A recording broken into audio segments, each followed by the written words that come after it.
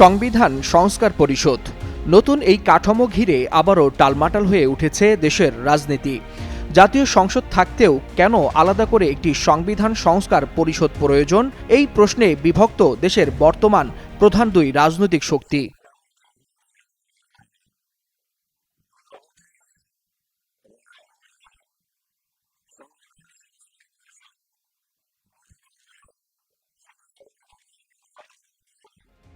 ত্রয়োদশ জাতীয় সংসদ নির্বাচন ও জুলাই জাতীয় সনদ ঘিরে গণভোটের পর নির্বাচিত প্রতিনিধিরা দুই দফায় শপথ নেয়ার কথা, একটি সংসদ সদস্য হিসেবে, অন্যটি সংবিধান সংস্কার পরিষদের সদস্য হিসেবে। জাতীয় সংসদের সদস্যরা নিয়মিত আইন প্রণয়ন, প্রধানমন্ত্রী নির্বাচন এবং রাষ্ট্র পরিচালনার কাজ করবে, আর গণভোটে সমর্থন পাওয়া সংস্কার প্রস্তাবগুলো ১৮০ কার্য দিবসের মধ্যে বাস্তবায়নের দায়িত্ব পালন করবে।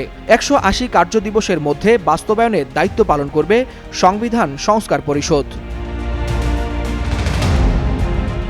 নির্বাচনের আগে অন্তর্বর্তী সরকারের ব্যাখ্যায় বলা হয়েছিল, জুলাই গণ অভ্যুত্থানের পর কাঠামোগত পরিবর্তনের প্রয়োজনীয়তা থেকেই এই পৃথক পরিষদের ধারণা।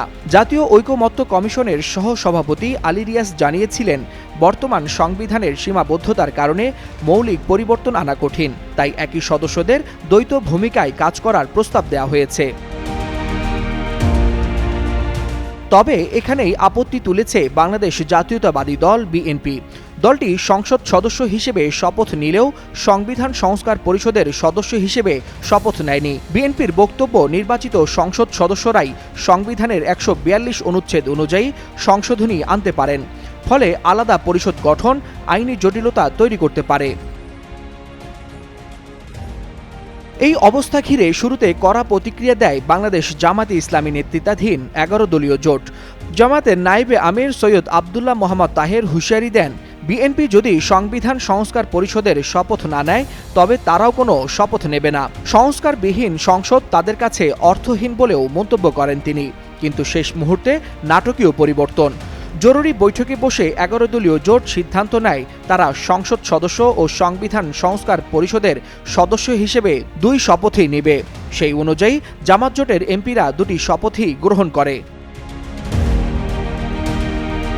তবে সংবিধান সংস্কার পরিষদ ইস্যুতে বিএনপির বক্তব্যের বিরোধিতা করে এনসিপির নেতা ও নারায়ণগঞ্জ ৪ আসনের সংসদ সদস্য অ্যাডভোকেট আবদুল্লাহ আল আমিন বলেন, জনগণ জুলাইয়ের আকাঙ্ক্ষা বাস্তবায়নের জন্য তাদেরকে ম্যান্ডেট দিয়েছে, এজন্য তারা দুটি শপথই নিয়েছে। কিন্তু বিএনপি ক্ষমতামুখী দল হিসেবে শুধু সরকার গঠনের শপথ নিয়ে গণরায় উপেক্ষা করেছে।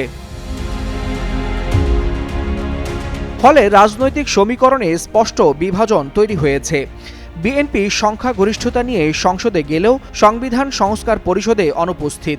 অন্যদিকে জামায়াত জোট দ্বৈত ভূমিকায় অংশ নিচ্ছে। আইন বিশেষজ্ঞদের একাংশ বলছে, সংসদ ও সংবিধান সংস্কার পরিষদের সমান্তরাল কার্যক্রম ভবিষ্যতে আদালতে চ্যালেঞ্জের মুখে পড়তে পারে। আবার জামায়াত ও এনসিপি নেতাদের যুক্তি, একই সদস্যরা দুই ভূমিকায় থাকায় সাংবিধানিক সংকট তৈরি হবে না। সব মিলিয়ে প্রশ্ন উঠছে, সংবিধান সংস্কারের এই নতুন পথ কি কাঙ্ক্ষিত পরিবর্তন আনবে, নাকি তৈরি করবে নতুন বিতর্ক? ওয়ালিউল হাসানাত, যুগান্তর নিউজ।